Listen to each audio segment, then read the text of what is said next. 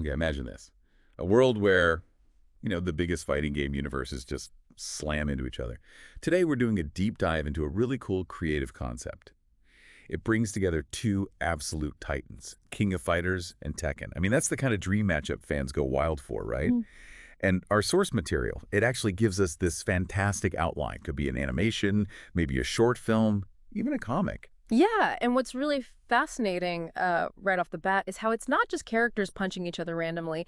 It actually weaves together the lore, the character dynamics from both sides Yeah. into like one cohesive story. So it's more than just a fight. It feels like there are real stakes involved right from the start. Totally. And the source, it doesn't mess around, sets the scene quickly. Ugh. Boom, mysterious portal opens up, Mm-hmm. and it yanks Kyo Kusanagi, Yori Yagami, and Terry Bogard straight out of the KOF world Uh-huh. and drops them right into Tekken's turf. You've got Jin Kazama, Kazuya Mishima, Heihachi, Yeah. Ling Xiaoyu. Right, the whole crew. Oh. An instant clash of worlds, basically. Exactly.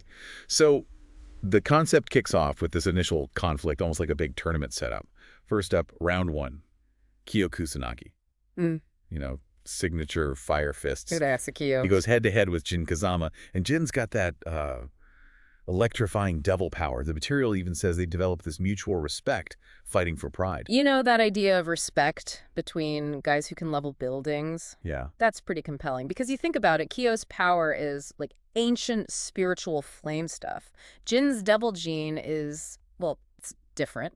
Genetic, demonic almost. Yeah. So it's not just styles clashing. It's like philosophies of power hitting each other head on. That's a neat angle the source takes right away. And if that wasn't intense enough, round two, Yuri Yagami's wild rage against Kazuya Mishima's cold brutality. What a mirror match of inner darkness. That's exactly how it feels. The source describes them both as consumed by inner demons. You just know it's going to be destructive. Sparks flying everywhere. And that's interesting, too, how it elevates it. It's not just who's stronger. It's more about watching their internal struggles manifest externally, Does the source kind of hint they might resonate even in a dangerous way, their combined destructive power?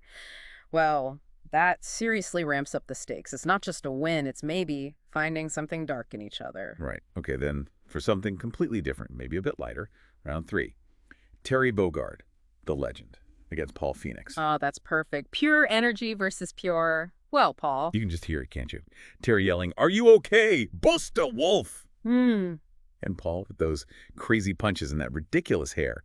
The concept calls it full of laughs and power-packed punches. A nice breather after the other two fights. But okay, just when you think it's all about the tournament, plot twist. This is where it gets really interesting. A dark force emerges. We're talking the ancient evil Orochi from King of Fighters, somehow teaming up with Azazel from Tekken 6. Wow, okay. That's a crossover threat. And their goal? Simple. Just destroy both worlds. No big deal. So that's the pivot.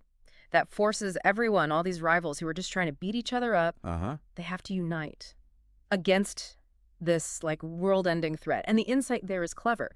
Those initial duels weren't just for show. They were inadvertently a testing ground.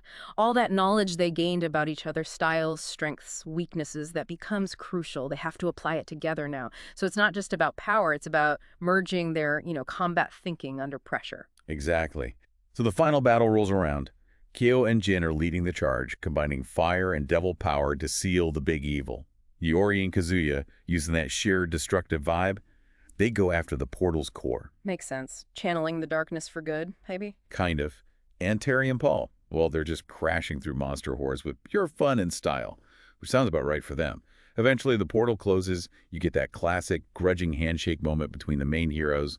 And that line, "Maybe one day we fight again as warriors, as legends." Nice touch. So, wrapping it up, what's in it for the fans here? I mean, the source points out some killer elements. Imagine seeing iconic moves in, a high-quality anime style, Raging Demon versus Power Geyser. Oh, yeah. Or team battles. Merging KOF's 3v3 with Tekken's tag system somehow. That could be wild. And obviously, fan service matchups. The source mentions Mai Shiranui versus Lilyverse 4, for instance. Plus, oh man, the music. Imagine mashups of those legendary soundtracks. The potential is just huge. So this deep dive, it really took us on a journey, didn't it? From these intense rivalries, some built on respect, others on darkness, all the way to this totally unexpected alliance needed to save, well, everything. It really does make you think, doesn't it? How sometimes the biggest threats can forge the strongest bonds, even between characters you'd think would never work together. And well, that brings up a question for you, listening out there. If these intense rivalries can lead to such powerful alliances, what other universes, seemingly totally incompatible, could maybe unite against some greater evil? What surprising stories could come out of that? Something to maybe think about until our next deep